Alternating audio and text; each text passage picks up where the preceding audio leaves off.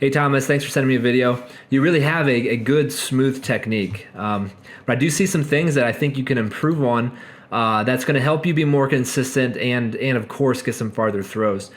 So there's two things I see that are related. One is where your right foot lands in the middle, and then also the orbit or the path the discus travels, the high and low path. And they're definitely connected. And kind of what I see is when you come around the back of the circle and come off your left, your right foot lands to the left of the circle, and then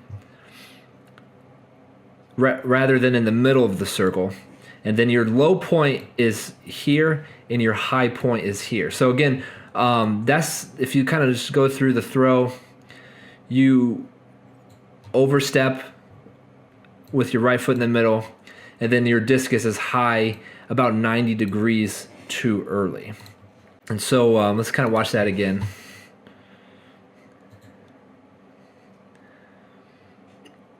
And what I'm thinking at the level that you're at, and you say you want to improve your consistency, you've got to adjust some things technically to make that happen. And so when we overstep in the middle and land to the right, if you look here, what that makes your left foot do, you can see here your left foot lands and it's farther in front of your right foot. And in reality, we want it to be the opposite. We want our right foot here and our left foot back here. So anyways, when you're doing this, then what's going to happen is your hips don't your hips don't go towards the sector of the throw. And because this left leg here actually acts like a block and prevents your right foot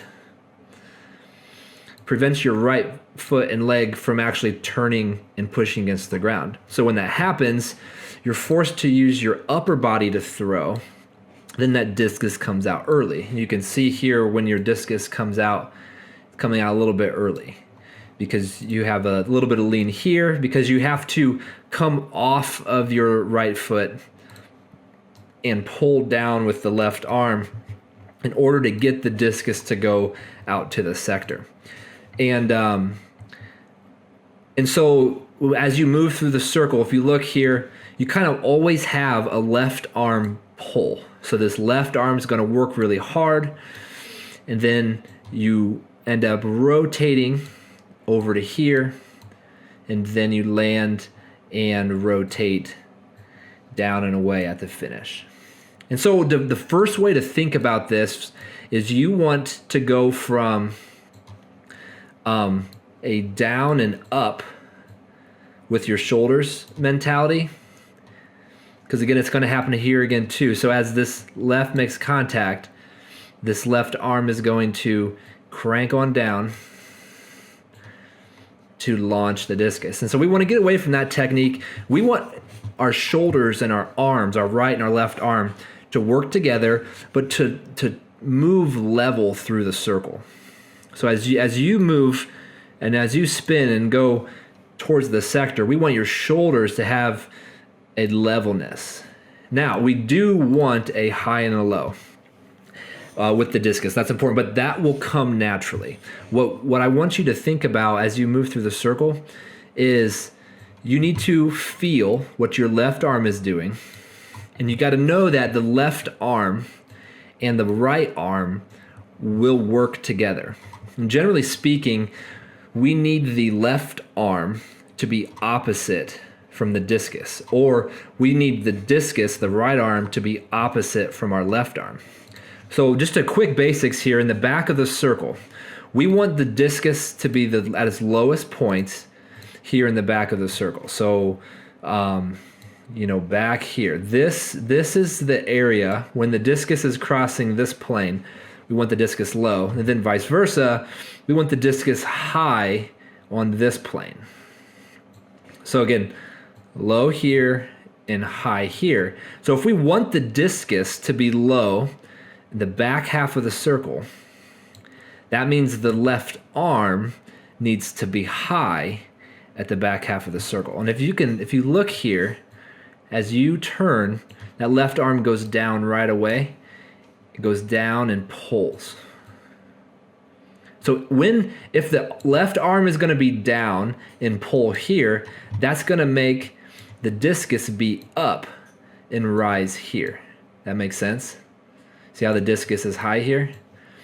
And then of course, wherever the discus is high, 180 degrees from that is where the discus is going to be low. So then the discus is going to be low here. It always follows that path. If it's high here, it's going to be low here. So I say all that. What I want you to do is you got to pay attention to your left arm, and this left arm needs to be shoulder height and needs to stay in front of you. So again, what your tendency is as you turn on that left is this to pull this way. You're going to have to fight that and keep the left arm long and strong out in front of you. You have to actively extend your left arm. So you want to come off the ground here with your left arm still straight and up. And it's going to be kind of a weird thing, and it's probably going to feel weird, but this is going to help keep the discus lower a little bit longer. Because again, we want to get this discus down a little bit more at this part of the throw. Because if the discus is down at this part of the throw, then it'll be up here at this part of the throw, and then that's the direction you're going to release it. You're going to release it high in the front, and you won't be pulling away from it so much here. So again, I'm talking a lot, but the concepts we want to do is we want to get your right foot in the middle. We want to get the low point of the discus back here and the high point of the discus back here. So that's the direction that you need to go with your technique. We want to do things that will make that happen. And so by you being aware of your left arm and keeping it shoulder height and in front of you, that's going to help you move straight to the center of the ring. The reason we over-rotate and land on this side is because the left arm crunches down or pulls away, and then we end up rotating too much. Of course, we do need to rotate in the circle, but we also just as much need to move straight through the circle. That's important. So when you are in control of your left arm and you keep that long and strong and in front of you, then that allows you to be in control of your legs and put your right foot here in the middle. And then if your right foot lands here in the middle, your left foot's likely to land over here. And if your left arm is strong here, then your discus orbit is going to be better. So you just got to understand that the left arm and the left side really contributes to what your right side of your body is doing. So by you controlling your left arm and being patient with it and keeping it strong and long in front of you, that's going to help fix your feet. And then that's going to get rid of this in time. And you'll stay on the discus and throw it out in front of you.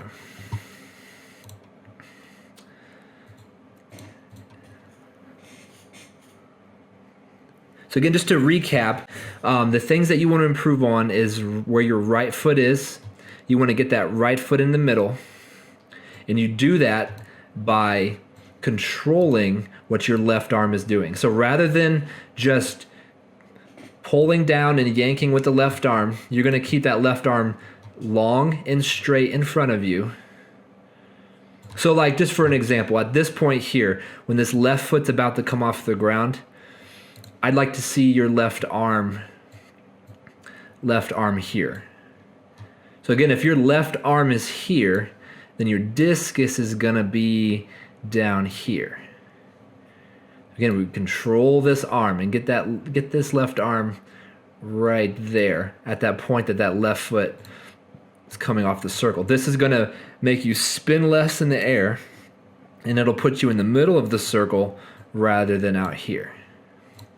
So now I know some of this is going to be maybe a little bit weird when you practice. The thing I want you to think about is, honestly, where you're at, the best thing for you to think about is in the back of the ring, have your shoulders and arms follow this yellow line.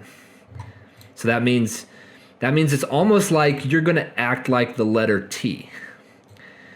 You're here, your right arm is this way, your left arm is this. You literally are going to be holding your arms out, act like a T. And what you want to do is maintain level shoulders. So I would call this, if your arms were in this position here, so again, you got to get that right shoulder down a little bit. It's left arm up so that you are straight across. And you want to hold that T position all the way until the left foot comes off the ground. It's going to feel slower, and it's going to make you feel slower as you come around the back of the ring, but that's what you need. You need to actually slow down a little bit, because what it is, you got all this super speed from your left side. That shoulder's moving really fast, and that's what's causing the over rotation. So you want to stand up tall and be like the letter T with level shoulders all the way as you turn around your left. And again, you want your shoulders to stay, your shoulders and arms to stay level like a letter T all the way until that left foot comes off the ground. I think that's how I would approach practicing this, because what you got to do is you got to relearn, rather than pulling this way with the left shoulder, keeping things level. You see how much different that this position would be if this left arm was opposite from your right arm. You'd be out here, and that would be an improvement. That would mean more energy is going linear, less energy is gonna end up over here. So if you can stay level, really control your left arm, and be conscious of where your discus is at in regards to the high and low, that's going to make you more consistent. That'll make you, because what you have here, when we over rotate and then have to really super yank with our left arm, that's what makes us inconsistent, because there's more variables happening. Plus, it's just not as powerful. We want to get it to a spot where we use our legs and keep that discus behind us and low, keep it under control, so that we can nail it at the end. So, Thomas, you're doing a good job. Remember, if you have additional questions, just email me, and I will help you through this. So good work, and I'll see you on the next video.